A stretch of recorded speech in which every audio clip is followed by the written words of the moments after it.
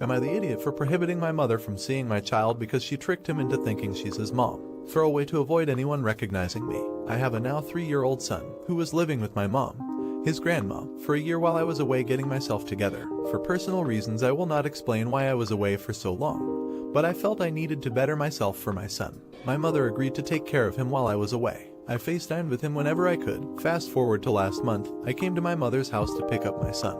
He's happy to see me, and my mother and I are talking while he's playing with his dinosaurs. He suddenly looks up at my mother and says, "Mommy, I'm thirsty." I was obviously confused and asked my mother if she heard him call her mom. She laughed nervously and said that he had been calling her that for a while. She basically explained that while I was away she told him that she was his mom and to call her that. I laughed and told her that I wasn't comfortable with that, since she wasn't the one who birthed him. I told her he should know that she's his grandmother, not his mom. She got upset and told me that he needed a mother figure while I was gone, and she was just trying to fill that role for him. She said something along the lines of, "I've been his mother for a year now, and you can't change it." We went back and forth until it got to the point where we started raising our voices. She spat out some insults about me being a bad mom for being away for so long and how she should be his mom cause he doesn't need a mom like me. I simply told her that she isn't going to be seeing him anymore because I'm not comfortable with him calling her mom. We gathered his stuff and left after that. She blew up my phone for days, talked about some mess to family members, anything she could to make me feel bad. But I refused to forgive her, especially after all that stuff she said. Am I the idiot? Edit. A word for those of you saying I abandoned him. I didn't. I was too sick to take care of him. That's all I'm going to say about that. I couldn't be the best mother to him because of my medical issues. I wanted to be there for him. I didn't just dump him on my mother. I feel the need to explain that cause people are getting the wrong idea. It was possible for him to visit, but my mom said it would be best if he didn't see me like that because he'd be too young to understand. And I trusted her, so I did not allow him to visit. No, I wasn't in a mental hospital or rehab. It was for physical health reasons. A lot of you are saying you think I was in rehab because of the way I've worded things in my post. Rather than edit out the original, I'd just like to explain that it's probably not the best wording to use for this situation, and I understand that now. What I meant to say was I felt I needed to be in better health for my son. Getting myself together in my head pretty much means getting better and healthier. I apologize for that. This will probably be my last edit. My son is getting a therapist like a lot of you have recommended.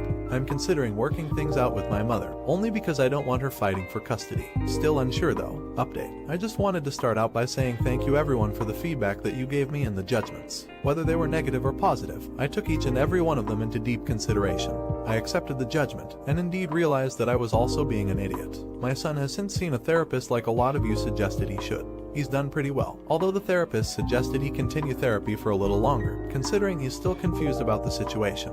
He knows I'm his mother, but essentially thinks he has two moms. I've done my very best to go slow with him and teach him who is his mom and who is his grandmother. Regarding his grandmother, I did what a lot of you suggested and let her FaceTime him every day for a couple hours, to not upset him. I did this until an incident involving her came up. I'm taking this to court. As much as I hate to further upset my son, I have come to the conclusion that she no longer needs to be in contact with us, at least not for a while. I'm sorry for all of you that this is disappointing. I just want to do what's best for my son. As for my health, I am slowly getting better in case any of you were wondering. I have to visit my doctor several times a month, but that's an improvement honestly. Thank you all. I wish this situation could have ended differently, but I was able to try to resolve it thanks to all of you. You're the idiot. She is clearly delusional and needs help, yet here you are posting online, basking in the validation. How someone can be so cold to their mother, I will never understand. Good luck, not the idiot. Your mother has lost all reason. Be merciless in your legal action. She tried to kidnap a child from his mother. Make sure she doesn't come anywhere near 100 kilometers from your son. What was she thinking? I suggest you move to a different city far away and cut all contact with your family. Delete social media. Make sure no one knows where you have gone. Should she go no contact with this grandmother? Let me know in the comments. Now, am I the idiot for making my late wife's daughter move out so I can date in peace? My late wife passed away about a year ago. We were together 10 years but not married until she became sick about a year before that. She has a daughter, Beth, who is 19 years old. Beth is taking college classes, but they are 100% online, so she has stayed at home, which is my house. I've owned this before my wife moved in, so it was never technically shared. I've wanted to be supportive of Beth, but don't want her here indefinitely or until she's done with college. That's 3 more years and it makes dating super awkward. I had a lady friend over after a dinner date last week and she was snarky towards her and later told me I'm moving on too fast. I tried to have an honest talk about being ready to move on and date others, but she kept calling me an idiot. I'm just ready to move on with my life, but her presence is making that difficult. I told her I want her to move out at the end of this next semester, which would be the end of May, so 5 full months to find a place. She flipped out and told me I'm abandoning her to get laid. This isn't really the case. I just want to move on with my life and don't want to live with a 19-year-old any longer. She's still mad at me and is making living in my own home awkward. But she claims she can't afford to go anywhere else. Edit. I did not raise or adopt Beth. My wife was very clear that she was not looking for a replacement father for her. Beth never lived with me until 2 years ago when she was almost 18 when her mom moved in with me due to her being sick and needing more attention. I never played a fatherly role in her life. Before moving in, she and her mom moved every few years for a while. Beth didn't move until her senior year of high school because her mom needed my help. Obviously, I couldn't move the mom in without the daughter. Before giving her notice to leave, I tried to have a talk about ground rules for staying here, mostly including being polite to any guests of mine. She then went off on me for moving on with my life. That is when I made my decision. It wasn't exactly your traditional marriage. Before getting sick, my late wife never wanted to get married because her parents had such a nasty one and her parents have been divorced a combined 4 times. I'm not religious, so I never felt the need to get married either. When she got sick, we realized her insurance was terrible while mine through work is much better. So it was a practical decision to get married so she could be added to mine. Even then, she affirmed I wasn't responsible for Beth. I'm not just trying to get laid like many have said. I'm moving on and trying to have a normal adult relationship. Update. Since this post, Beth and I had some long conversations about the near future. Beth was mad for a couple days but yesterday came to talk to me and told me she realizes I've done a lot for her and wanted to thank me but also acknowledged it's probably best for both of us to move on. She also recognized I have a right to move on at my own pace and apologized for lashing out at me. One of her best friends is looking to get her own place as well, so they will be looking into getting an apartment together, either by this summer or sooner. While we're not religious, as a holiday gift I told her I will pay her entire security deposit when she finds her place. Not entirely sure if we will keep in touch much after she moves out, but I'm glad we've come to an agreement that will allow both of us to move on without resentment towards each other. Thought some people might be interested due to the passionate responses I got. You're the idiot. It doesn't sound like you're being sensitive to the fact that she lost her mother. You don't have to let her live with you, but you've also known her since she was 9, so I'm surprised she's not like a daughter to you. It's unfair for her to make you feel uncomfortable in your house, but she's relatively young and is probably hurt that you'd move on quicker than her. Now, for the next story. Am I the idiot for wanting to share the hotel room I booked with my girlfriend rather than sleeping with my friend who's going through a breakup? Me and my girlfriend have a friend couple. We have all known each other since junior high school. I've been with my girlfriend for almost 2 years now, but we've spent most of our relationship long distance as she lives in another state. Our friend couple has been with each other for approx. 6 years. We were planning on vacationing for the first time together in the summer along with our friend couple. It's a week that we have been planning since Christmas where we'll go to different shows, theaters, activities, etc. that we have not ordered yet. And so I booked my and my girlfriend's room first, in which we will only have to pay when we get to the hotel reception. My friend and his girlfriend have paid me for the plane tickets I bought us and will pay for themselves once they receive their hotel room. Now my friend is telling me that he might break up with his girlfriend before the trip, as they've apparently been struggling, but that they still love each other and it's for the best. But he still wants to go on the trip, especially since he has already paid for the plane tickets, and if she wants to join as well, he won't pay alone for the room that they booked together. Therefore, he would be more comfortable if we switched and we would sleep together while our girlfriends shared the other room. I asked why he would even want to still go if she's gonna be there. He said, again, that she wasn't the problem, only their situation was, so he believes that they'll still be friends after the breakup. He doesn't want to break up after the trip as he says that he's miserable and has to do this as quickly as possible. I understand that, and I don't want him to hurt for months just because of a planned trip. Quite honestly, I am a bit disappointed as well. I was looking forward to sharing a hotel room with my girlfriend for our first vacation together and spending our nights together without having to think about roommates. I suggested they could just rebook and order single rooms for themselves, but he sort of quickly injected that it wasn't optimal due to the pricing. I didn't say this out loud yet as he was still a bit upset, but I'm thinking it won't be much more expensive to change from a shared king-sized room to a single room, and for a vacation it is expected to spend some money either way if you're willing to still go with your potential ex. I also don't want him to be uncomfortable, so I'd probably be willing to do this new arrangement if there was no other way. I understand that the already paid plane tickets make it more difficult and that breakups happen and are shitty. I guess there's something that rubs me off the wrong way here though. So am I an idiot for still wanting to push for my plan for the sleeping arrangements and for wanting to spend my first vacation sleeping with my girlfriend and not my friend who is going to break up with him? Update. I expressed my concerns for the breakup and how it would affect our vacation together, specifically the room arrangements, and told her of my conversation with my friend. She basically said what you guys did. We have no obligation to rearrange our trip for their comfort if they're going to break up, so I shouldn't feel obligated to give up our room together for that. They, especially my friend, have the responsibility to work out something. We agreed that it's a weird situation overall, but with her support I felt even more confident. Well, my friend and his GF broke up as expected a few weeks after I made the post. I casually confronted my friend some time afterwards. Like, oh, by the way, when we talked about you wanting to change the room arrangements, we're not really up for that. So if you can find another option, then that'd be swell. More or less. He took it well and said he understood, of course, but his GF ultimately wouldn't be joining us, even though all of us said she was welcome to do so and that she could find another room or hotel, but it was her choice. We all agreed that it was his responsibility to find another person to join us if he didn't want to pay that much. He took responsibility for it, which I really appreciated. But in the end he had to pay the full price. She still had to pay for the plane ticket and the activities we were supposed to go on. But she said it was easy to earn back and didn't hold a grudge. We're still very good friends to this day. Overall, we had a good time on our trip. Although our friend was single and wanted to explore the nightlife more, me and my partner enjoyed our time together in our hotel room and the public areas. We had a blast. We also connected a bit more with my friend over drinks and fun days. So everything turned out alright in the end. Thank you for all the responses that made me realize that I need to work on my confrontation skills and express my boundaries for my own and my partner's interests. I'm hoping that this post will encourage others in my shoes to do the same and hopefully come to a solution as friends and adults. Be respectful, understanding, and don't forget that we all have issues that we struggle with. Best is to encourage growth to strengthen ourselves and our relationships. Not the idiot. Your plans for a getaway with your GF shouldn't suffer because he's going to break up with his lady. He either has to break it off before the trip or stay awkwardly with her in the same room. Not the idiot. Think about it from your girlfriend's perspective. She's been looking forward to this trip with you. It will be romantic, fun, something to remember for years. Then all of a sudden her amazing boyfriend wants to room with his friend over her. If I was your girlfriend, I wouldn't forgive you picking your friend's comfort over her special trip. Your friends need to figure out their own issues, and canceling a trip may be a consequence of breaking up. Am I an idiot for refusing to walk my daughter down the aisle? My daughter, who is 26, and I haven't spoken in years. When she was 15, we found out she wasn't my biological daughter and my wife had cheated on me years ago with a friend. As it turns out, this so-called friend was suddenly interested in playing dad.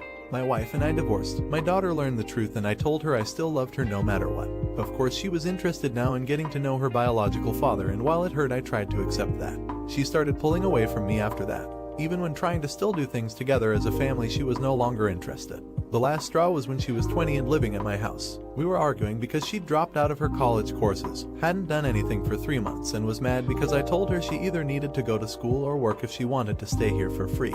She told me I'm not her real dad, so stop pretending like I am and she'll just go stay with her real father. That broke me, honestly, but I told her if that's how she really feels, then there's really nothing left to say between us. And she did move out to go live with him. I was depressed for a very long time and drank so much. My son, male 24, was my only reason to keep moving forward. For the first couple years I reached out to my daughter. She wanted no contact. I learned to accept that and move on. It helped me find more peace in my life. My son stopped talking to her for a while over this and was angry with her. They still chat sometimes, which doesn't bother me at all. Through him I learned her biological father died in October 2019. Also that she's engaged. She reached out to me. Firstly, that she knows that we haven't talked in a while but wants to ask me if I'd be willing to walk her down the aisle. After a pretty long message about how much she hurt me in the past with her actions, I told her no. She didn't want me to be her father anymore, so I learned to no longer view her as my daughter. This turned into a fight between us because according to her it's not her fault she wanted to know her real dad. And I agreed with her it's not, but what was her fault was how she treated me ever since. In my mind I know if he hadn't passed we wouldn't even be speaking right now. It ended with telling her I hope she enjoys her wedding but I want no part of it or her life. My son told me she's ranting to my family that I'm ruining her day and she thought parents are supposed to love their kids unconditionally. My brothers seem to think now that I am being an idiot and this is my chance to be in her life again. But I have no interest in that. Still seems everyone has a strong opinion on it that I'm making it difficult for my daughter to have the wedding she wants when it would mean a lot to her. My son is on my side but the comments are still wearing me down, and just for the sake of my sanity, am I being an idiot? Update. Thank you for your support, especially those fellow parents who reached out in my messages.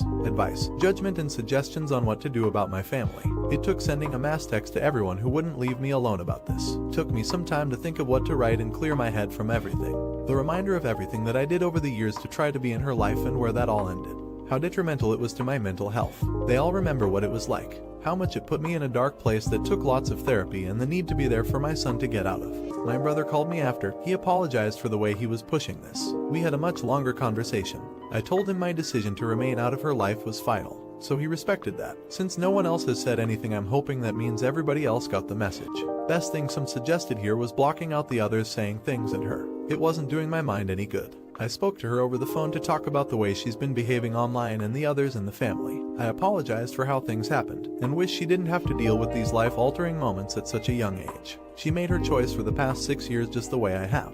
Even asked her to be honest with herself and answer, not to me, if her biological father hadn't passed, would we be here right now speaking to each other? She didn't say anything. But that's fine. It's a question for her to honestly answer to herself, like I did before I told her to enjoy her wedding and hope it's a lovely, healthy marriage. And this door to our relationship is closed. I hope she could find peace with that and enjoy her life the way I have. Conversation ended shortly after that.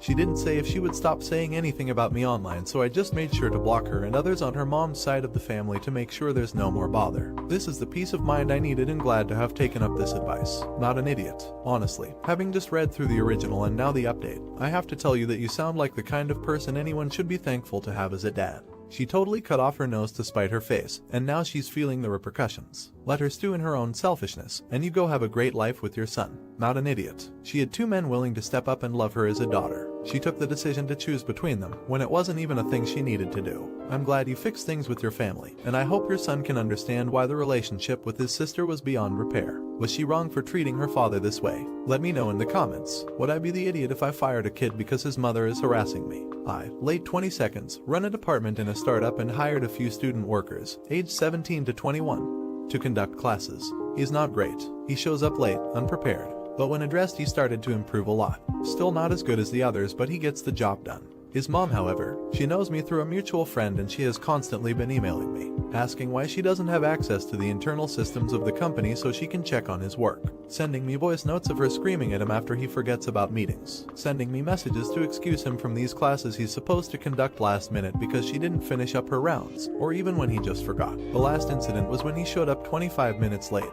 Didn't even notify us. He knew I'd be out for the day, and proceeded to bill for more time than he was there for. I wrote on his timesheet that he was overbilling and that he needed to inform us if he wasn't going to make it on time. A voice note followed, screaming, "Mommy dearest saw the note I made," screaming at him, and I just can't anymore. I feel like a complete butthole firing him over his mother, and I know his behavior justifies him being fired. But he's been working really hard on improving and I can see the difference. Edit to answer all the questions. I've spoken to both of them to cool it down with her behavior. I've blocked the mom. She contacts me through his account, so she had access to our systems anyway, which is already an issue. Luckily, I've ensured he has no access to any systems with info on the minors taking the courses. This could have opened a whole can of worms. We hired the students because the model is focused on teaching students. We have kids that go through the program and can lead full classes at the age of 15. It's made for low-cost communities so kids can be taught how to be leaders. I love my job. It has changed so many lives and gotten teens to bloom. We have a handful of paid instructors for when the interns, the kids paying cents for the programs, can't make it. Legally, I'm good to go, thus making this and would I be the idiot problem. HR is fully supportive of my decision as well as the higher-ups. They are actually encouraging it but gave me the final call. Update, so, sad update. He got fired. We took the time and HR spoke to him about his conduct and performance. He admitted to slacking and promised to keep his mom under control. She quickly deleted all the messages on Facebook she sent to me to remove a trace thereof, but the emails remain. He promised to keep everything up to standard and work as hard as possible. The focus was on his quality of work. His mother was mentioned, but just as an afterthought of appropriate work conduct. He then proceeded to amaze us for a total of 5 days before going back into his old habits again and being completely useless and even aggressive towards other team members, making slight mistakes. He even charged X for the amount of time for a quarter of the quality of work the other team members produce. So his 2-week probation ended after 9 days. I hope his mom never does this again. But all in all, his work ethic is what got him fired in the end.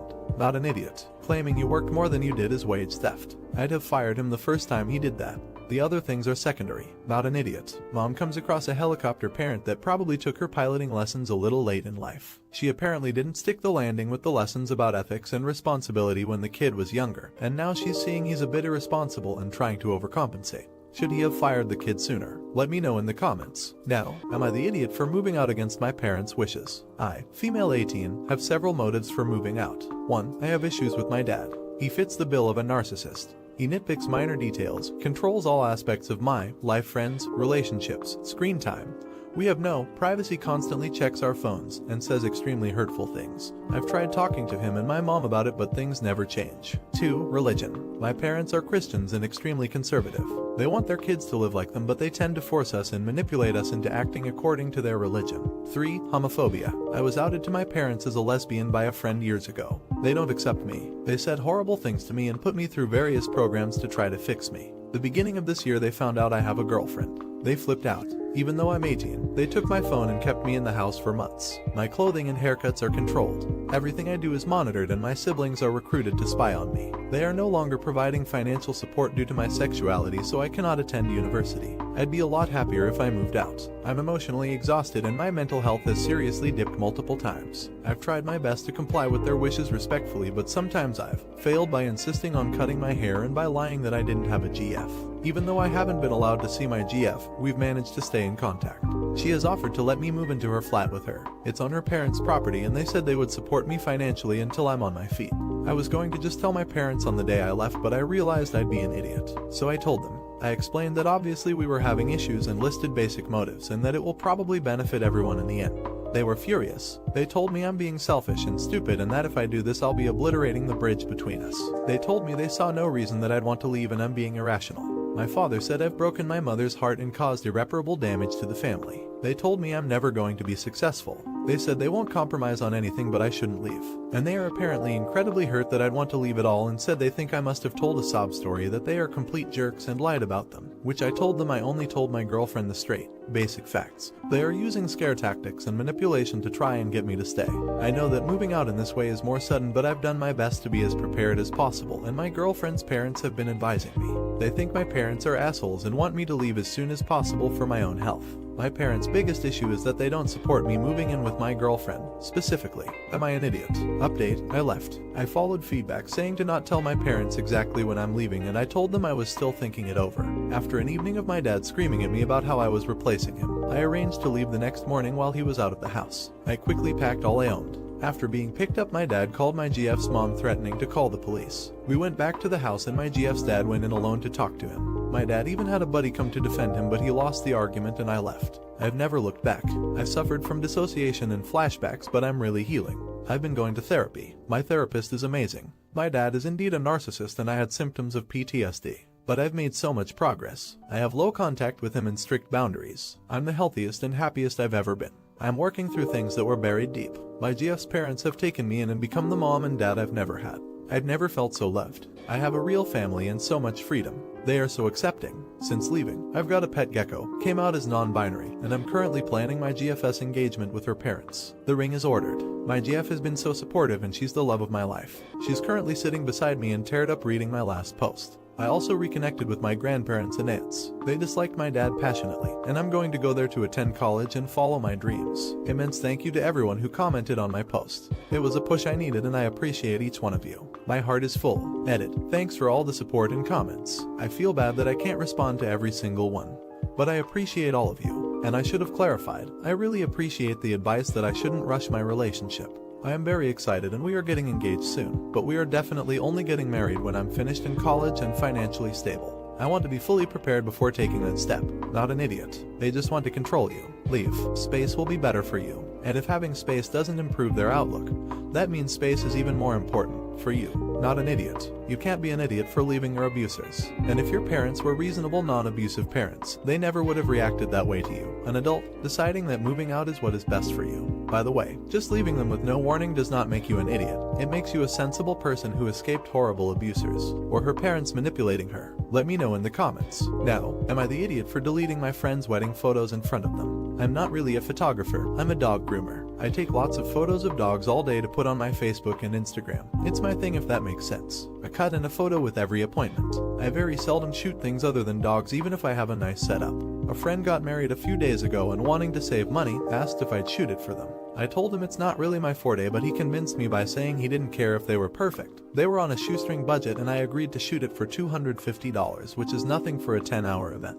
On the day of, I'm driving around following the bride as she goes from appointment to appointment before the ceremony, taking photos along the way. I shoot the ceremony itself, and during the reception I'm shooting speeches and people mingling. I started around 11 a.m. and was due to finish around 7:30 p.m. Around 5 p.m. food was being served and I was told I cannot stop to eat because I need to be a photographer. In fact, they didn't save me a spot at any table. I'm getting tired and at this point kinda regretting doing this for next to nothing. It's also unbelievably hot. The venue is in an old Veterans Legion and it's like female 110, and there's no AC. I told the groom I need to take off for 20 minutes to get something to eat and drink. There's no open bar or anything. I can't even get water and my 2 water bottles are long empty.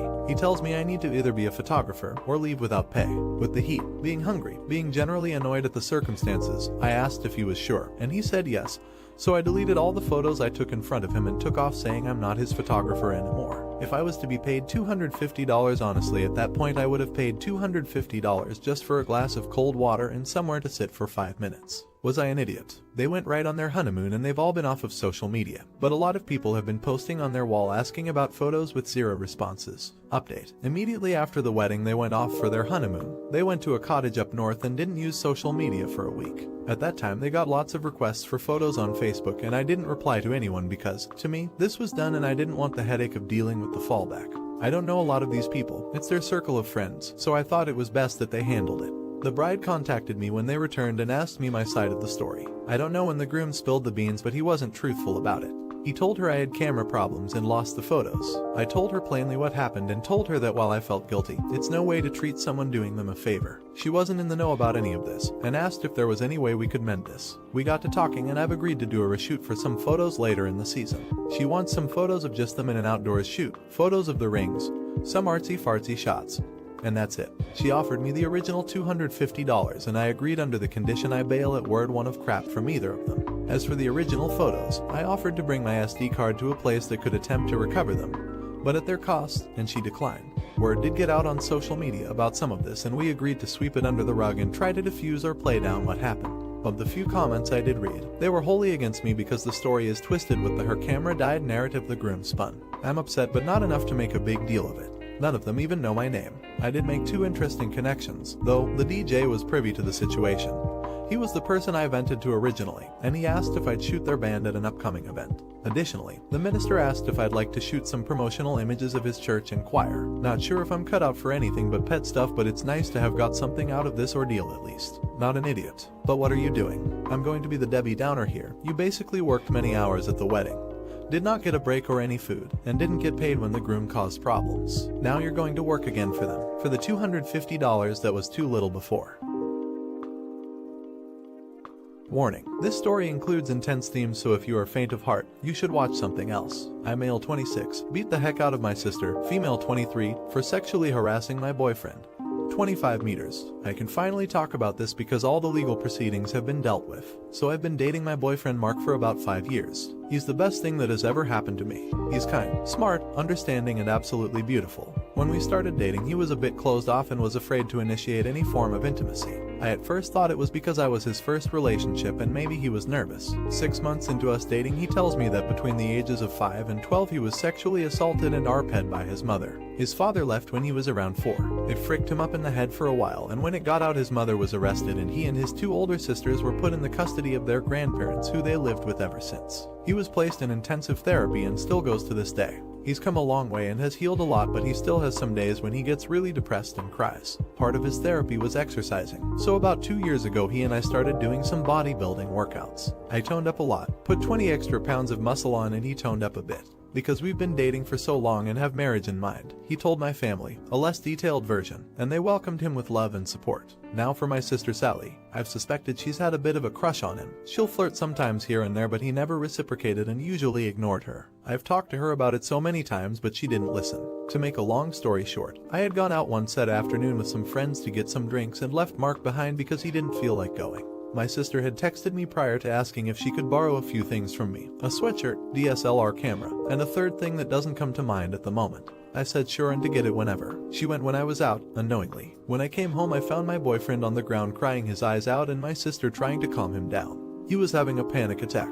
It's never safe to touch him when he has an episode because he may act out violently due to his headspace. Her hands were all over him and he was trying to push her away. Her shirt was also on the ground and she was only in her bra. I tore her away and asked what the frick she was doing. She said that she was trying on the sweatshirt when he walked in on her, freaked out and went into an episode. However, Mark through his tears said she tried to touch him. I asked my sister if it was true and she said no, but Mark again said she tried to touch him. We have cameras in the house and I pointed it out to my sister. Her face went white and I don't know what came over me, but I saw red. I can't remember much because I was so angry, but I beat the poop out of her. I can't even remember if I was the one who called 911 or her through her beat up state. I do remember kind of snapping out of it because Mark was still going through his episode and I could cry louder and I had to help him through it. It's all a haze. I broke my sister's nose, gave her a black eye and bruised her ribs. She was in the hospital for a few days. Update. A lot of people messaged me to ask about context from my last post. 1. This all happened right before COVID hit, the end of 2019, and everything was just settled this last month. 2. The incident happened in our kitchen. The front door leads down a hall directly to our open kitchen, and to the right is our living room that leads to the bedrooms. 3. We have cameras in every room but the bathrooms and bedrooms because we have a Great Dane named Butler. He's black and has a white oval patch from his chest to his tummy. He looks like a butler who likes to get into everything, so we set up cameras to keep an eye on him while we're out. The cameras don't have sound recording. 4. My sister didn't rape Mark, but she did try to coerce him into sexual activities. 5. My sister didn't know I was out when she came over. I don't have the recording anymore. It was too painful to keep, let alone watch. Also, my memory of the whole thing is hazy, but the tape showed Mark answering the door. Again, our cameras don't have sound recording, but Mark said that when he answered the door, she told him that she was there to get my camera and sweatshirt. He said okay and let her in. He was watching the television, so he went back to his show while she walked into our room. She called out to him for help and the cameras showed Mark getting up to help her. I don't remember how long they were in there, but the tape showed Mark rush out of the room while holding his hands out as if trying to stop an attacker. My sister then emerged half naked while holding onto her shirt. Mark backed up into the kitchen, still holding his hand out as she advanced towards him. Mark said he was telling her to put her shirt on and to leave, but she kept saying something along the lines of, "Hey, it's okay. I just need some help, that's all. And you're a nice guy, just help me out a little." I think by that point he was declining into a panic attack as he started shaking. My sister took that opportunity to hug him. She said she did it to try and calm him down, but the tape showed her kind of grinding up on him. He pushed her away and fell to the ground crying and screaming. She then got down by him and was trying to wave her hands through his hair. Her other hand was also moving up towards his crotch. I remember from the tape seeing Mark flinch backwards and try to push her away. She always moved back closer to him. A few minutes later is when I got home and beat her to an inch of her life. I can't remember who called the police, but the police had showed up and my sister limped to the door while I was trying to help Mark calm down. I kind of remember them asking questions and trying to help Mark calm down. They thought he was going into shock, so they put a blanket over him and the paramedics came. My sister was quickly evaluated and then brought to the hospital. Mark and I stayed behind because by that point he had started to regain control again. I remember my parents showing up and asking what happened. I told them everything. My mom stayed with Mark and I while my dad drove to the hospital to see my sister. Mark and I pressed charges on my sister, emotional trauma and sexual battery, class A1 felony where I'm from. My sister tried to sue me, a misdemeanor charge, but it fell through. With the evidence we had, my sister was sentenced to 60 days of incarceration with a bond of $5,000. No one paid. She also has to serve 200 hours of community service and her name was added to a sex offender registry. She can appeal to the courts to have it removed after 10 years. She was also placed under a restraining order. On top of that, my sister owes us $25,000. I got a small slap on the wrist and have to do 50 hours of community service. Nothing too bad. My sister was cut off from the entire family and still is. Mark regressed tremendously, to the point that he couldn't sleep in the same bed as me for months. He was required to go into even more extensive therapy. He's come a bit ways, but nowhere like he was before it happened. It will take a long time for him to heal. I consider myself bisexual, but I lean more towards men while Mark is percent 100 gay. He finds the female body disturbing, to the point that we have had to skip over full female nudity scenes in movies. My sister knew of this. When I asked her why she would do this, she said that she thought she could change his mind. I'm not proud of what I did, but I'm also not sorry. Now, for the next story. Am I the idiot for telling my Sil the truth about my brother and my husband? I, female 29, have a husband named Matt, male 32, and an older brother named Tony, 32 meters. Tony has a wife named Anna, 33F. Tony and I both went to boarding school growing up. I went to an all-girls school and he went to an all-boys school across the country. Because of the distance, we weren't very close as kids and I didn't know much about his life back then.